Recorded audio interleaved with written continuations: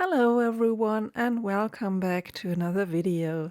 It has been a while and today I want to talk about how I balance my time as a working artist.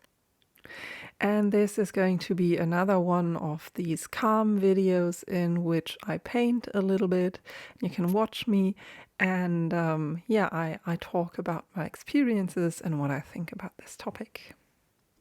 And this is based on a question by Anne. Thank you, Anne, for this question. She says, I'd love to know how you balance your time as a working artist. I always struggle to balance artwork, art learning, and art fun. Any tips or insights you might have would be welcome.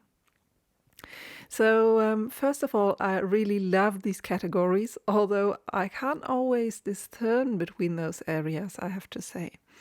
And I often change what a typical day or week looks like for me.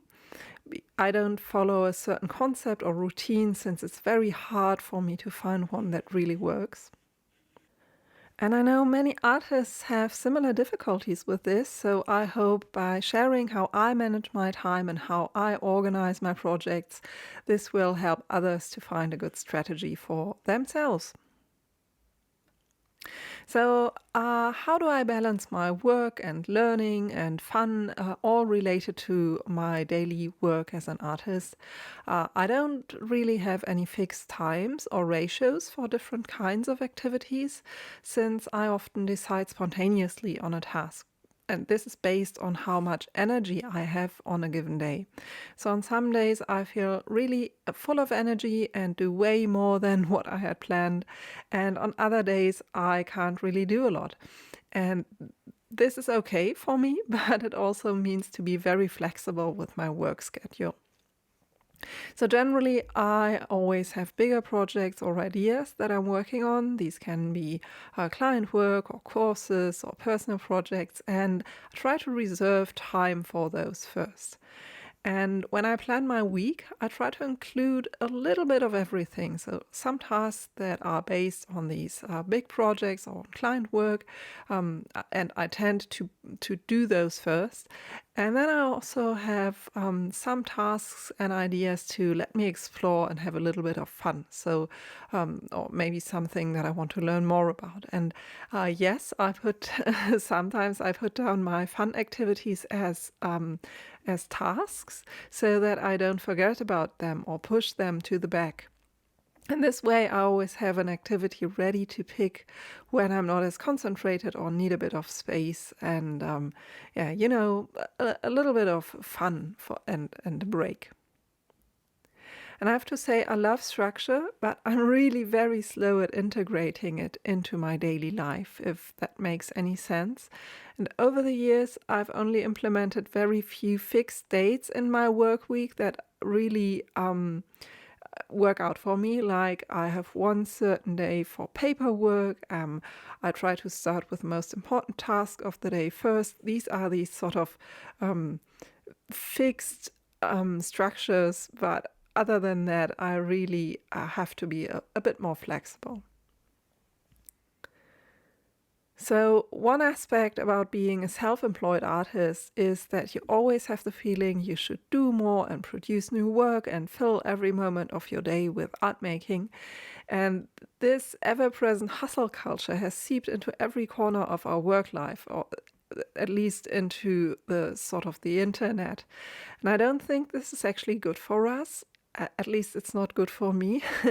And I try to break this conditioning very consciously by allowing myself to be unproductive and to do things simply for fun.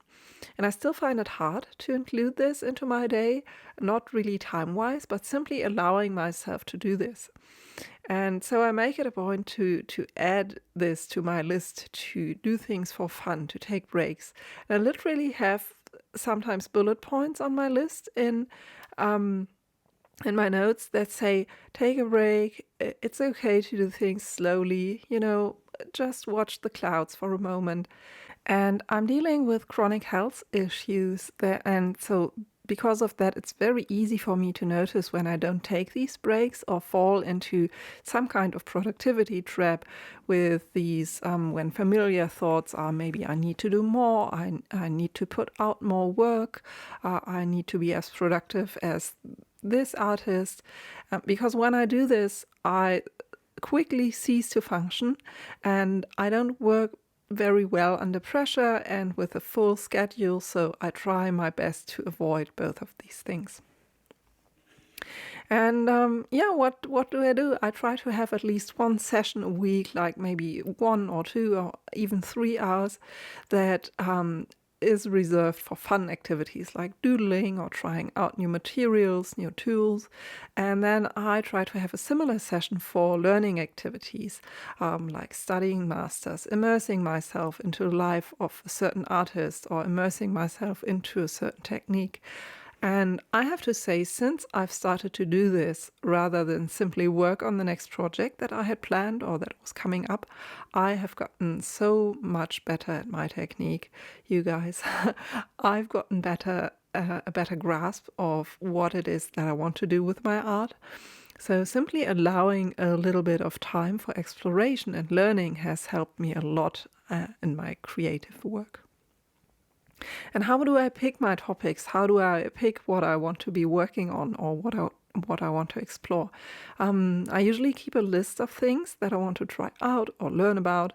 And I keep a list of the new techniques I want to get better at, so that when I sit down and have some time to learn or to explore stuff, then I immediately know what I can start with. I don't have to think about this. And my learning is a bit more structured this way. And this has been more important for me than keeping fixed time blocks or any kind of outer structure, really. Just knowing what it is that I want to do with my art, what I want to practice, and that I immediately have a topic when I sit down. This has really, really helped a lot. And I also find that guided lectures or online courses are a really great way to include more learning sessions into my week. So this means someone else has already done some of the heavy lifting of organizing knowledge into small chunks and I can simply follow along. And maybe this is just because of my own activities as an online art teacher, but this has also really helped me structure my days. And it's worth noting that this will not get you there all the way, online classes, but they are a great start.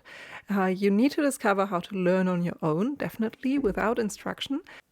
But it's a great start to learn with these kind of structured classes. And this is essentially my system, if you can call it that. I'm really sorry I don't have a fixed routine to offer you or a genius master plan that you can simply adapt for yourself. I want to say that I too still have the same problems of balancing out work time and playtime in my art making. And very often I don't think what I'm doing is really very structured, but still I'm trying to do things in the way that works best for me and in the way that it works best for my health. So I hope this has been a helpful insight into how I structure my work and fun time as a working artist, and maybe some of the strategies will be useful to you. So I'd love to hear from you. How do you structure your art making? If you are a working artist, how do you approach balancing your time? So let's talk about this in the comments. I'd really love to hear. So I hope you enjoyed this video. As always, I'm really happy and it helps me a lot if you like or comment or subscribe to my channel. And for now, thanks for watching and I'll see you very soon. Bye.